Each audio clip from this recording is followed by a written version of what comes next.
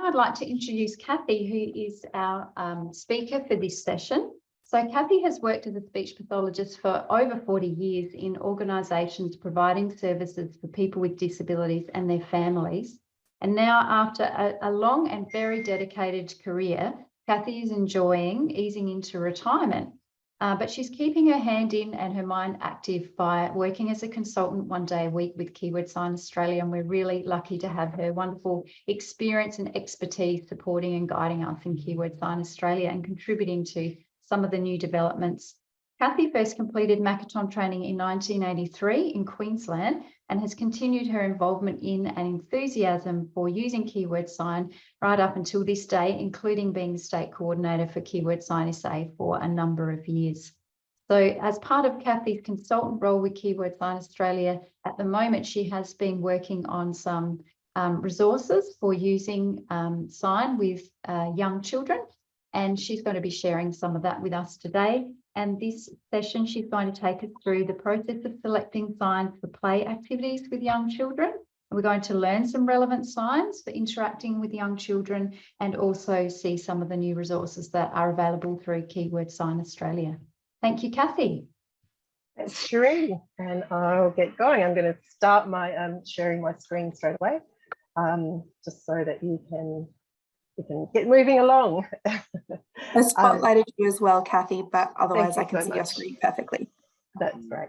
And thank you, Chloe, so much for your support and all the work that you've done in getting all this together. And welcome everybody here. I hope this will be an enjoyable session for you, and I hope that it will help you to make keyword signing enjoyable for the people that you're actually supporting as well. Just picking up on Kristen's comments. So I'm just going to add my own acknowledgement of country. I just want to acknowledge the traditional owners of the land on which I'm presenting, which is Ghana country, and pay respects to elders past, present, emerging, and past, present, and emerging. And also just to acknowledge that this land was never ceded.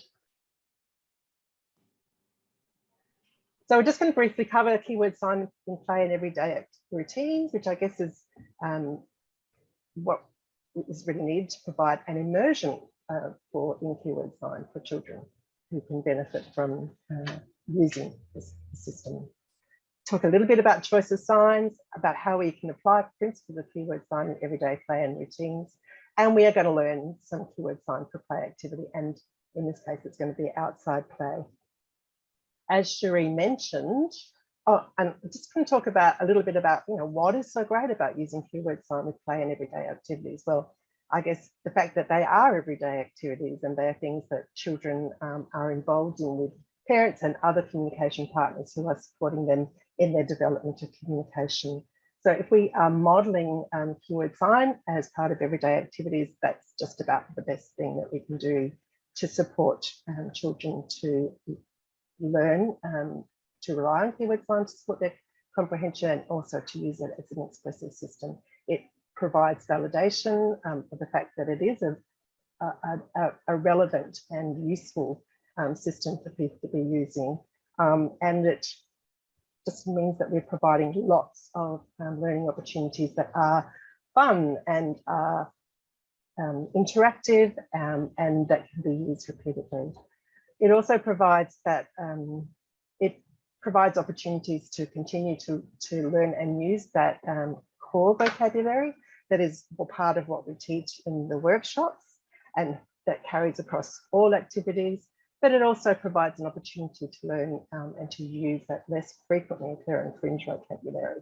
And we can take those opportunities and really cater them or modify those depending on where the person that we're supporting is up to with learning to use keyword sign, and also where we are up to as communication partners with using keyword sign. We want to make sure that the stress or the feeling about using keyword sign is one that allows us to be fluent and positive and enjoying the interaction rather than feeling that we have to perform in some way. So it's about thinking about what is our capacity and how we're going to go forward in including keyword sign. Have you got any other thoughts about how keyword sign might be useful, particularly within those play and everyday activities. If you have, just pop them into the chat and we can actually share them as a group with other people who are here. Okay, copy of slides. I don't know that I can do that. I should be able to, but I haven't actually organised that.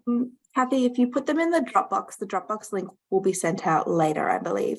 Okay, so you will get them later, but if you can just take notes, at the moment, I'm just trying to track on that Dropbox link. Okay. Thanks. Okay. And I will be posting the Dropbox link later. Sorry, everyone can actually access it then. I'm sorry, in the flow, I don't think I can do it. So yeah, if there is anything else that you want to add in terms of the value of using keyword sign within those everyday play activities, that's a really great one, Natalie. It means that it creates opportunities for peers to use, learn to use and learn keyword sign. And again, it just does validate the use of keyword sign for everyone who's in that environment. Thanks for that contribution.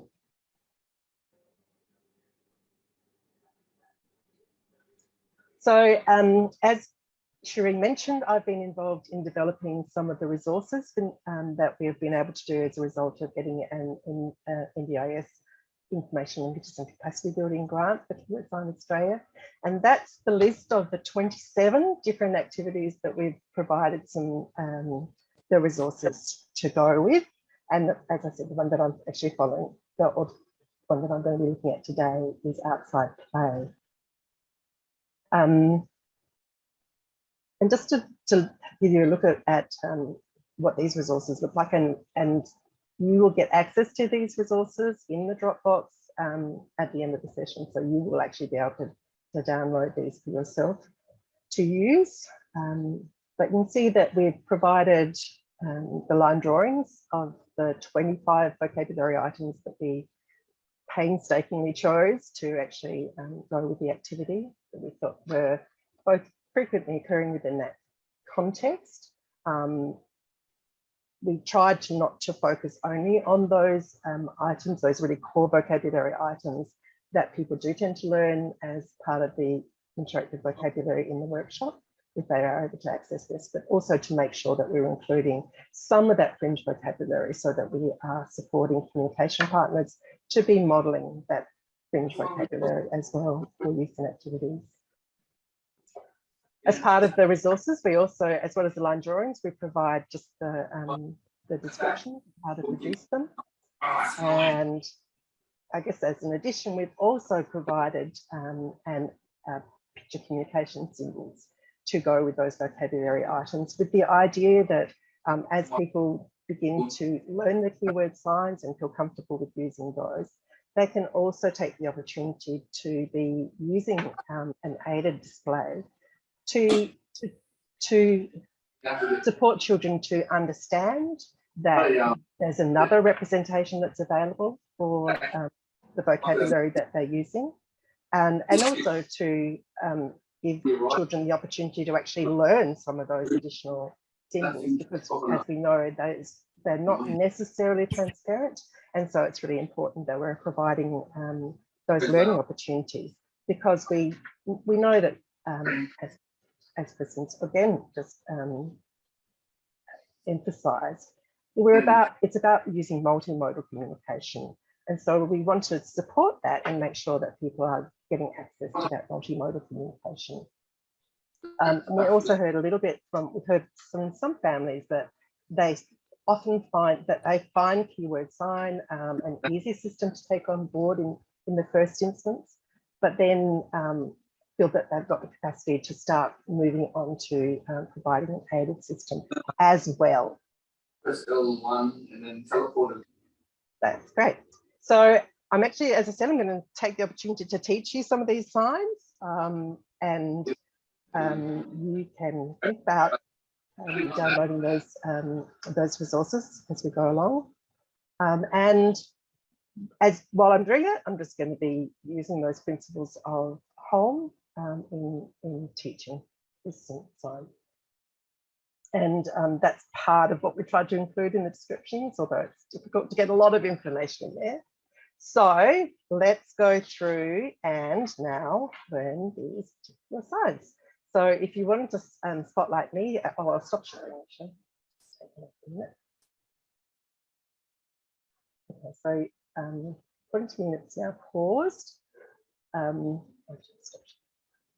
So if I, and I think hopefully I'm spotlighted.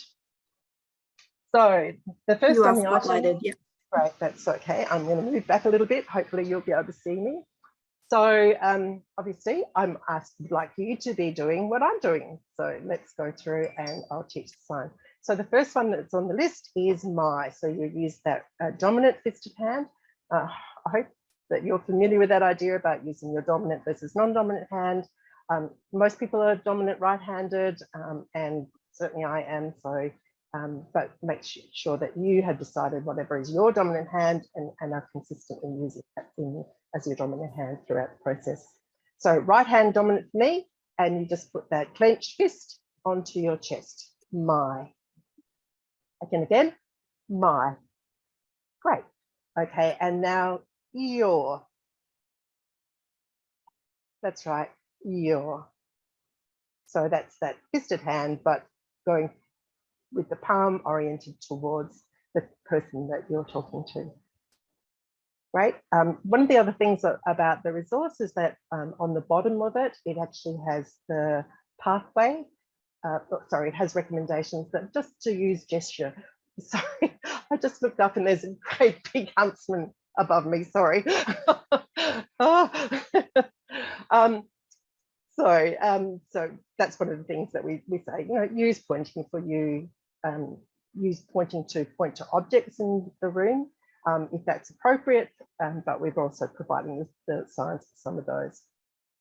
Not, so that's the fisted dominant hand about shoulder height, and we just side to side, not or no. And of course, we're using our facial expression and our body positioning and gesture as well when we're actually using the keyword sign. So no. Great. I can actually see quite a few of you, so that is quite useful. Then we're doing what? So it's that dominant hand with the pointer finger extended, and it's about shoulder height, and it's just what? Moving side to side. What? Great. Next is where, and for where we're actually putting flat hands with palms oriented upwards, fingers together, and moving from side to side away from the midline. Where? Great. Don't forget to say it as you're signing it. That's one of those things that's so important and often difficult to get it coordinated. The next one is who. So again, it's that pointed index finger on the dominant hand, but this time it's with the palm oriented towards the body and at about shoulder height. And it's going in small circles, moving towards the midline and then away. Who? And climb. So we're going to be climbing some of that equipment out there in that outside play area. Climb. So you're just using clawed hands, moving asymmetrically and fine motion. You might change that again as part of keyword sign. We would use natural gesture. So if it's climbing a tree, it might be a bit more of a clambering up. If it's more about climbing steps, then you might be including that as part of the body movement that you're using. So that's what's so important and so valuable about using keyword sign is that we're incorporating that natural gesture and facial expression to add to the message that we're sending. Go. So that's dominant hand, flat, fingers closed, and it starts off sort of just relaxed and with the fingers pointing down, and then moves up to out to palm down. Go. And again, that's one that we would use directionality with, so that we might be going in this direction, we might be going in that direction, depending on the context and what's actually happening. Then help. So we use dominant hand, which we've bent at the third knuckle, and it's onto the flat non-dominant hand, and it moving away from the body to help you, or towards the body for help me. Okay. help you, help me. Right. And jump. Now, jump's just those fingers, but you might add extra information to go big jump, or you might be jumping forward, so you can actually add additional information as you're doing that sign, depending on the context. Now, dig is just natural gesture. There's not actually a specific sign anywhere for that, and it's just dig. And I guess if you were, if you're digging with a shovel, that would look very different from digging in the sand pit with something that's smaller, depending on what is the implement that you're using. And play, so put both hands flat and both fingers closed, and we're moving in outward circles. Whee, play. Great. And run. Now, again, a lot of these will be familiar, but run. And, you might modify that if it's a slow run or a jog versus you're going to go really fast. And add that information. Stop. It's a flat hand and a flat dominant hand that moves out with emphasis. Stop. Again, stop. Beautiful. One time. And wait. Beautiful. Walk. I'm just walking across the hands. Walk. And again, that you might add some directionality to that as you're doing it. Want or need. So that's a flat hand, fingers together on the chest, and it comes down and to palm down. Dominant hand, want. And you might use that for need. From those that I remember that is it's just that, it's the sort of the heart's desire. So it's coming from the heart towards that thing that you want or need. And swing. So that's both hands with both forearms actually with fisted hands, and you're just swinging. Swing. People can see me that way. Swing. And slide. So that in this case, it's the non-dominant hand kind of creates the slide, bent at the wrist, and the dominant hand comes down. Slide. And again, you might make that a fast slide, or you might make it a slow slide. You might make it a long slide. You might change it as we go. Slow.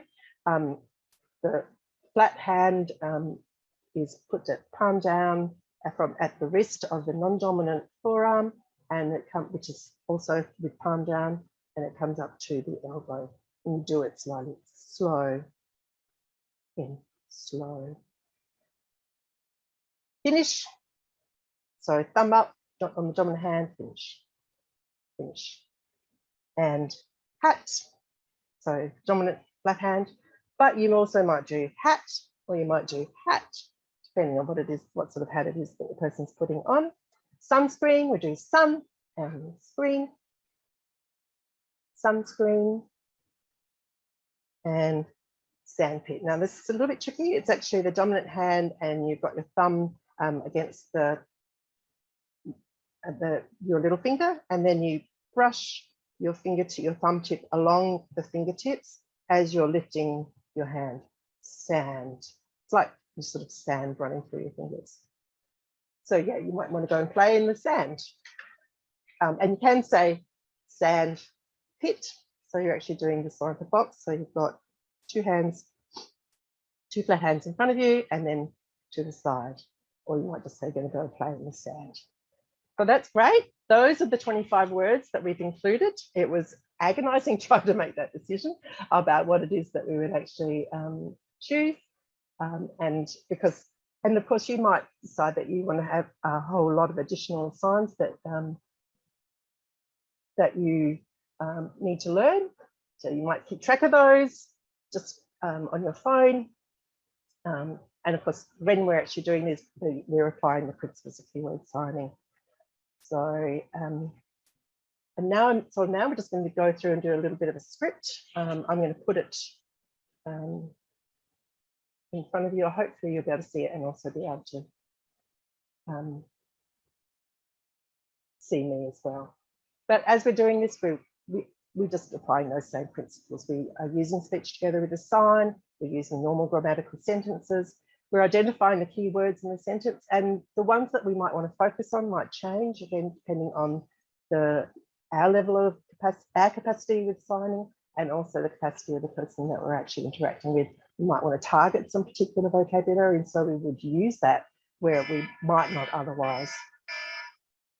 There we go.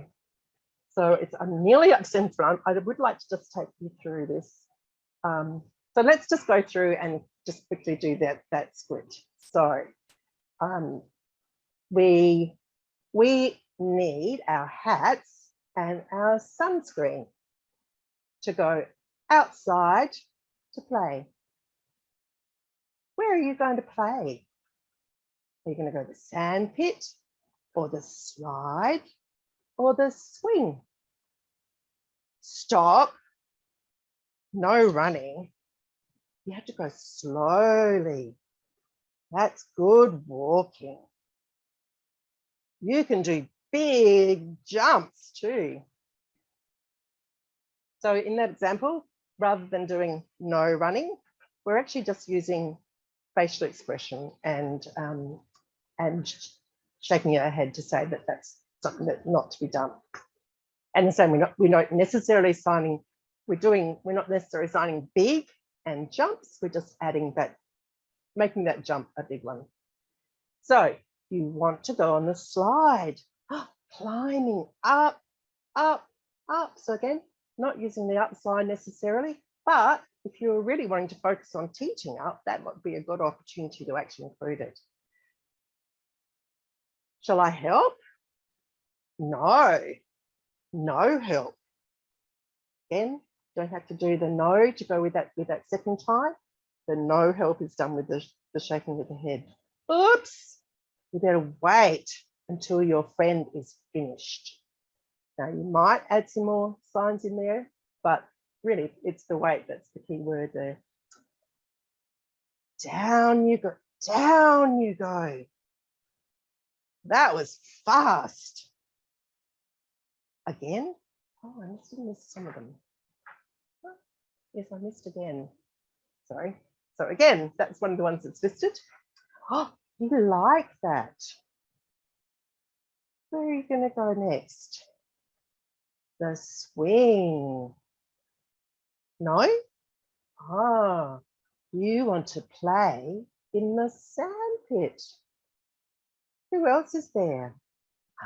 It's your friend. Look, he's digging. Where is the car gone?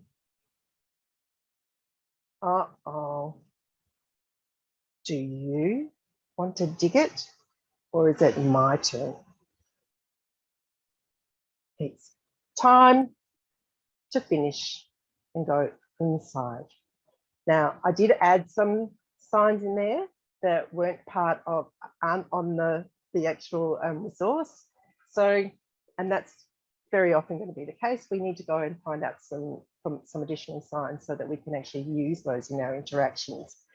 And we actually, KWS Australia is planning to produce some addendums, and we're hoping to add to that additional vocabulary that is more frequently occurring in those particular activities. So keep your eye out for those. But in the meantime, as we often need to do, you might need to go to Sign Bank to get information. Of course, you can go to getting started with Keyword Sign. And very shortly on the Keyword Sign Australia webpage, we're going to have all of that interactive videos of the interactive vocabulary available that you can actually look at. But other than that, of course, SignRank is a wonderful resource. And for those of you who are less familiar, it's really important to be aware that you need to look at the map to see which states a particular sign is used in, and also look at the definition. Just work out whether actually that the sign that you potentially could be using is actually the one that you're wanting to use. So in this instance, when I was looking for the sign for time, which is one of the things I did use, that could be included in that, very much in that interaction.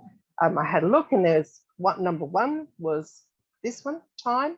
Then there was another one that was like this, And the definition of that was about being to tell people that time's up, it's time for them to come in. So apart from the fact that it's also only used in Western Australia, that doesn't go with the meaning that I'm looking for. But I also found that there is that other sign, which is one that we also frequently use for time, and that is used in all of Australia. You can see that by the map there.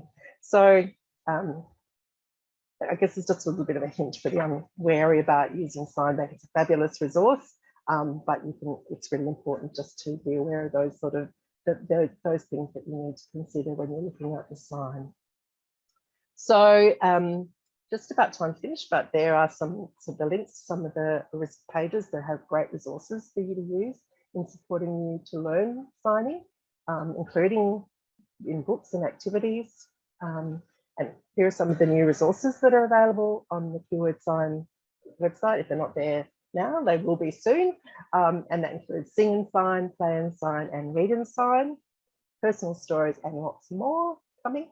And there are some of the resources that are available. So thanks. And now it's time for any questions. Sorry, it's a bit of a rocket tour, but I just wanted to make sure that we had a chance to learn those signs and to also just to hear a little look a bit at, get a little bit of information about the resources. Any questions?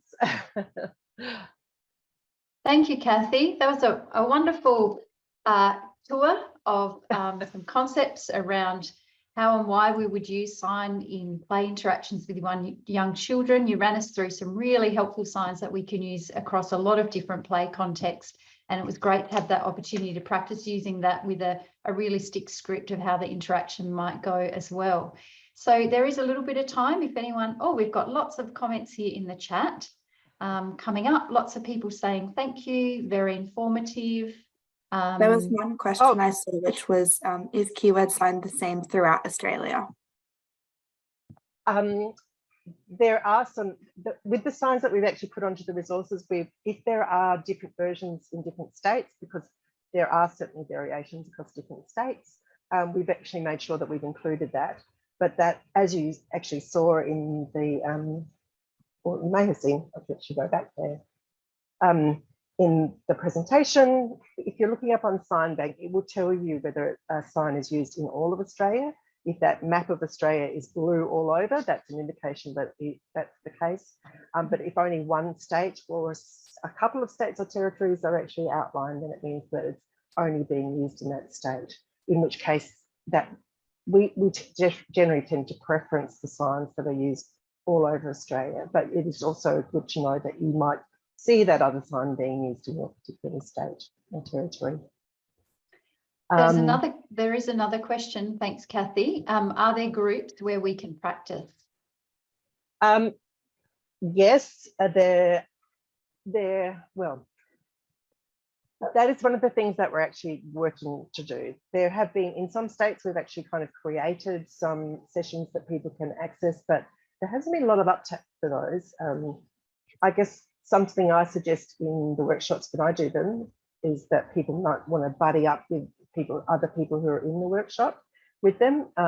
But the other thing is that Keyword Sign Australia is very aware that people like me, including me, forget the signs. And so it can really benefit from that opportunity just to practice, to learn some new signs and to run through some scripts to help them with their fluency and make sure that they're also maintaining their accuracy. So there's just a little bit of feedback there, some more comments that practice groups or some Facebook collaboration, a Facebook collaboration site for early childhood will be awesome. There's a little bit of feedback for Keyword Sign Australia. That's great to hear. And there is really suggestion. Another question about the sign for yes. The question was, do we nod our head as well? Yes. Yes. Yes, you do. That's a very good thing to do. And thanks for just noting that and bring that to everyone's attention, because it's a very, it's just part of using keyword sign is that we include all of those facial expressions, body movements, everything that we can that can be useful, not only to help the person that we're interacting with to understand our message, but also to help them to learn to use that strategy themselves, or all of those strategies themselves, to help others that they're interacting with to understand their messages as well.